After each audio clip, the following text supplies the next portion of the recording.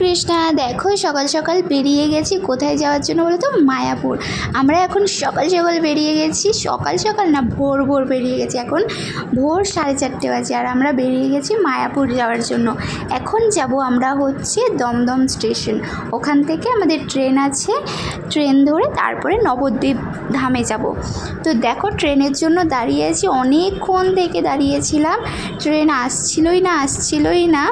তারপরে অনেকক্ষণ পরে অ্যানাউন্স করলো যে আমাদের ট্রেনটা আসছে। আমার খুব খিদেও পেয়ে গেছিলো, মানে সকাল সকাল ঘুম থেকে উঠলে না আমার ঘুম থেকে ওঠার সঙ্গে সঙ্গে আমার খিদে পেয়ে যায়, তার জন্য অনেক খিদে পেয়ে গেছিলো। আর এই দেখো আমাদের ট্রেনটাও চলে এসেছে। হ্যাঁ, তো বেশিক্ষণ দাঁড়াতে হয়েছিল, 10-15 মিনিট দাঁড়াতে হয়েছিল। তো এখন নিচে চলে যাব, নিচে গিয়ে তারপরে আমরা ট্রেনে উঠে যাব। আর ট্রেনটা এখন ফাঁকাই থাকবে, কারণ ভোরের ট্রেন তো, ভোরের ট্রেনটা সবসময় ফাঁকাই থাকে। কৃষ্ণনগর দিয়েও যাওয়া যায়, কিন্তু কৃষ্ণনগর দিয়ে আমাদের মনে হয় যেন কৃষ্ণনগর সিটিতে নেমে ওখান থেকে আবার অটো ধরে তারপরে অনেকক্ষণ অটোতে লাগে, তার জন্য আমরা নবদ্বীপ ধামেই নামি। আর এই দেখো আমি স্টেশন থেকে 2টো বিস্কুটের প্যাকেট কিনে নিয়েছিলাম। তো এখন একটা বিস্কুটের প্যাকেট দেরি না করেই খেয়ে নিচ্ছি, কারণ খুবই খিদে পেয়ে গেছিলো। আমরা বাড়ি থেকে মশলা মুড়িও এনেছিলাম, কিন্তু মুড়িটা আমি পরে খাবো, আগে বিস্কুটটা আমি খেয়ে নিই।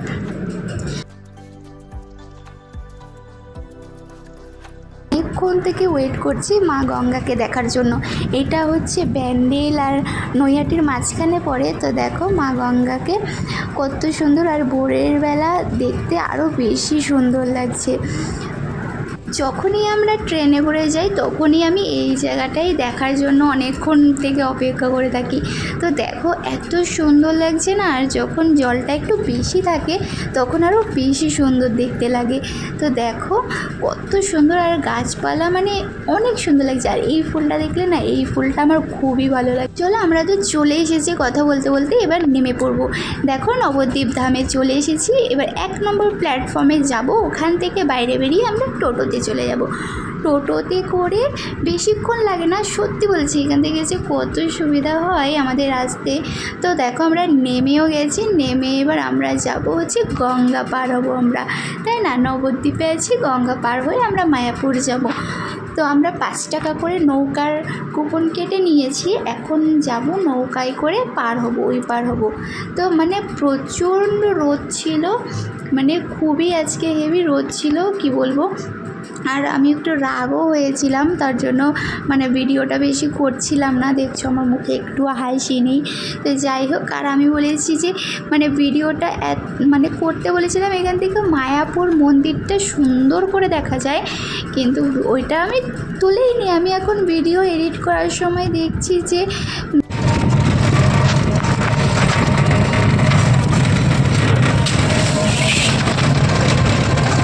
টোটোতে করে চলে আসছি, নামবো হচ্ছে নামহট্ট গেটের ওখানে, নেমে ওখান থেকে আমরা গদা ভবনে যাব। তো টোটোওয়ালা পেয়ে গেছিলাম, টোটো তো অনেকই থাকে, 10 টাকা করে ভাড়া নেয়। দেখো এখান থেকে মন্দিরটা কত সুন্দর লাগছে। মায়াপুর আমি মাঝে মাঝেই আসি, আমার প্রভুর এখানেই সেবা হয়, তো মাঝে মাঝে এখানে সেবা আছে, তার জন্য মাঝে মাঝেই আসতে হয়। তো আমিও মাঝে মাঝে চলে আসি। আর দেখো এই ফুলটা, দেখো এই ফুলটা এখন এত সুন্দর লাগে দেখতে, আর বিশেষ করে এই কালারটা, এই রঙটা আমার খুবই ভালো লাগে।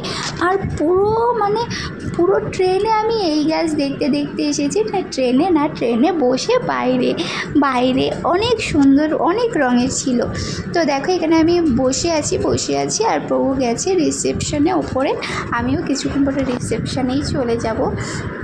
দেখে প্রভুর অনেক দেরি হচ্ছিলো, তার জন্য আমি ওপরে চলে গেলাম। আর এখানে গোপালটা দেখো কত সুন্দর, তাই না গোপালটা?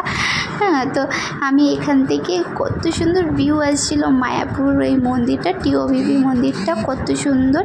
আমি এখানে একটু ভিডিও করে নিলাম। আর এইখানে দেখো একটা কত বড় ঘটনা ঘটে গেছে, ভিডিওতে ধরা পড়ে গেছে। আমি তখন বুঝতে পারিনি। দেখো এই যে মহিলাটা যাচ্ছে, উনি ওনার বাচ্চাটাকে ঠাস করে একটা চড় মারবে, আমি বুঝতেই পারিনি ভিডিওটা করার সময়, এখন এডিটিং করার সময় আমি বুঝতে পারলাম।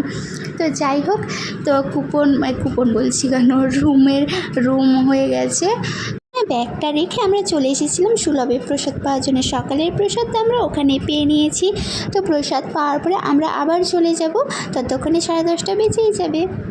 তো চলো, প্রসাদ তো পাওয়া হয়ে গেছে, এবার যাই গদা ভবনের কাছে, আমাদের ব্যাগটা আছে কি না দেখে গিয়ে। 10:30 বেজে গেছে, আমরা চলে এসেছি আবার গদা ভবনে। গদা ভবনে আমাদের রুম নাম্বার 218 ছিল, 218। তো আমি খুঁজতে খুঁজতে খুঁজতে খুঁজতে চলে এসেছি। হ্যাঁ, আমরা আগের মানে যে কয়বারই থাকি নিচের তলায় থাকি, এবারটা ওপরের তলায় দিয়ে দিয়েছে। আর রুমটা মানে বেশ সুন্দর রুম।